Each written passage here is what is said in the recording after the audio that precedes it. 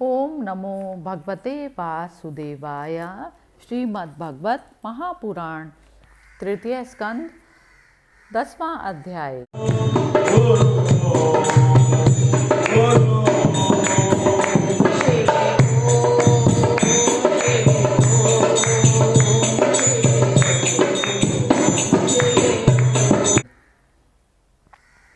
दस प्रकार की सृष्टि का वर्णन। विदुर जी ने कहा, मैत्रेय ऋषि से भगवान नारायण के अंतर्ध्यान हो जाने पर संपूर्ण लोकों के पितामह ब्रह्मा जी ने अपने देह और मन से कितने प्रकार की सृष्टि उत्पन्न की।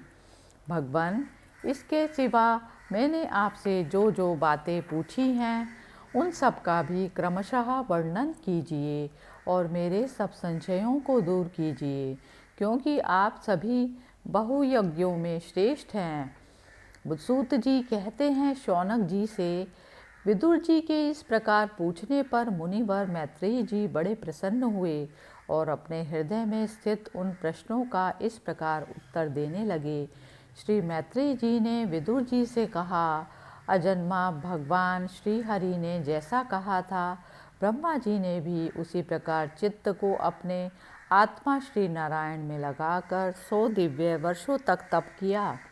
ब्रह्मा जी ने देखा कि प्रलयकालीन प्रबल वायु के झकोरों से जिससे वे उत्पन्न हुए हैं तथा जिस पर वे बैठे हुए हैं वह कमल और जल काँप रहे हैं।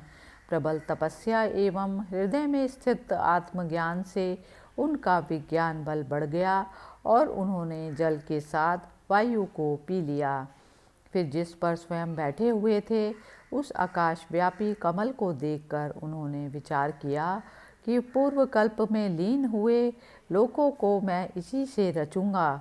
तब भगवान के द्वारा सृष्टि कार्य में नियुक्त ब्रह्मा जी ने उस कमल कोश में प्रवेश किया और उस एक की ही भू स्व भुआ ये 3 भाग किए। यद्यपि वह कमल इतना बड़ा था कि उसके 14 भुवन और इससे भी अधिक लोकों के रूप में विभाग किए जा सकते थे। जीवों के भोग स्थान के रूप में इन्हीं 3 लोक का शास्त्रों में वर्णन हुआ है। जो निष्काम कर्म करने वाले हैं उन्हें मह तपह जनह और सत्यलोक रूप ब्रह्मलोक की प्राप्ति होती है। विदुर जी ने कहा, ब्रह्मन, आपने अद्भुत कर्मा विश्वरूप श्री हरि की जिस काल नामक शक्ति की बात कही थी प्रभो, उसका कृपया विस्तार पूर्वक वर्णन कीजिए। श्री मैत्रेय जी ने कहा, विषयों का रूपांतर बदलना ही काल का आकार है।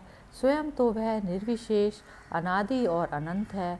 उसी को निमित्त बनाकर भगवान खेल खेल में अपने आप को ही सृष्टि के रूप में प्रकट कर देते हैं। पहले यह सारा विश्व भगवान की माया से लीन होकर ब्रह्म रूप से स्थित था। उसी को अव्यक्त मूर्ति काल के द्वारा भगवान ने पुनः पृथक रूप से प्रकट किया। यह जगत जैसा अब है वैसा ही पहले था और भविष्य में भी वैसा ही रहेगा।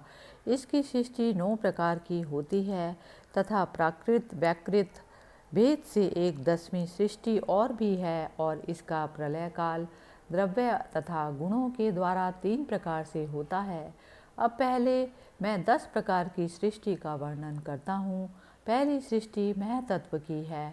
भगवान की प्रेरणा से सत्वादि गुणों में विषमता होना ही इसका स्वरूप है। दूसरी सृष्टि अहंकार की है, जिससे पृथ्वी आदि पंचभूत एवं ज्ञानेंद्रिय और कर्मेंद्रियों की उत्पत्ति होती है। तीसरी सृष्टि भूत सर्ग है, जिसमें 5 महाभूतों को उत्पन्न करने वाला तन्मात्र वर्ग रहता है। चौथी सृष्टि इंद्रियों की है, यह ज्ञान और क्रिया शक्ति से संपन्न होती है। 5वीं सृष्टि सात्विक अहंकार से उत्पन्न हुए इंद्रिय अधिष्ठाता देवताओं की है, मन भी इसी सृष्टि के अंतर्गत है। छठी सृष्टि अविद्या की है, इसमें तमिस्त्र अंधात्रमिस्त्र तम मोह और महामोह ये 5 गांठें हैं। यह जीवों की बुद्धि का आवरण और विक्षेप करने वाली है। ये 6 प्राकृत सृष्टियाँ हैं। अब वैकृत सृष्टियों का भी वर्णन सुनो। जो भगवान अपना चिंतन करने वालों के समस्त दुखों को हर लेते हैं। यह सारी लीला उन्हीं श्री हरि की है। वे ही ब्रह्मा के रूप में रजोगुण को स्वीकार करके जगत की रचना करते हैं।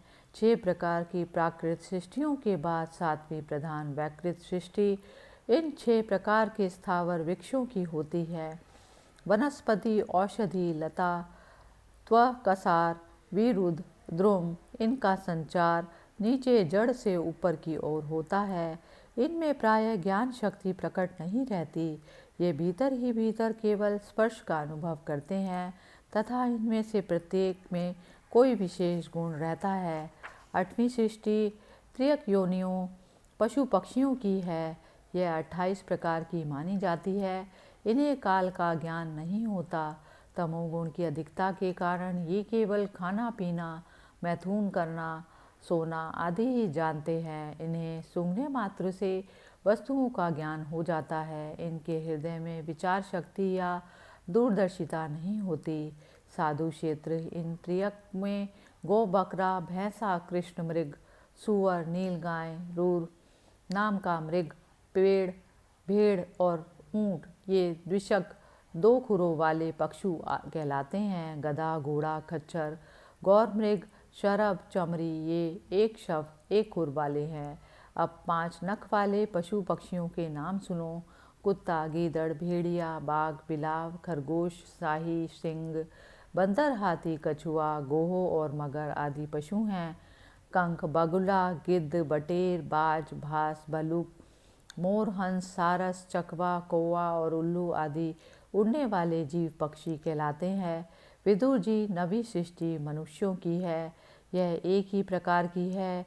इसके आहार का प्रवाह ऊपर मुंह से नीचे की ओर होता है। मनुष्य रजोगुण प्रधान, कर्म परायण और दुख रूप विषयों में ही सुख मानने वाले होते हैं।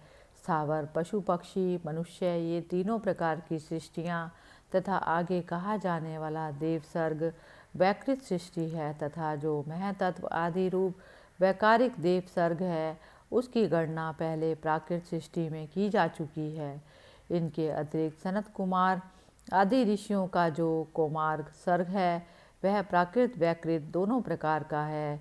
देवता, पितर, असुर, गंधर्व, अप्सरा, यक्ष, राक्षस, सिद्ध, चारण, विद्याधर, भूत, प्रेत, पिशाच और किन्नर, किमपुरुष, अश्वमुख आदि भेद से देव सृष्टि 8 प्रकार की है।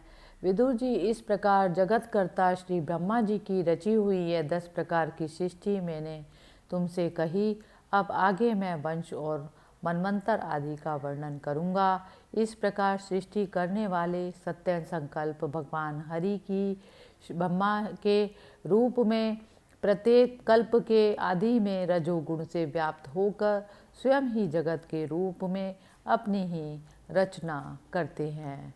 इस प्रकार तृतीय स्कंद का 10वां अध्याय समाप्त हुआ। हरि ओम तत्सत।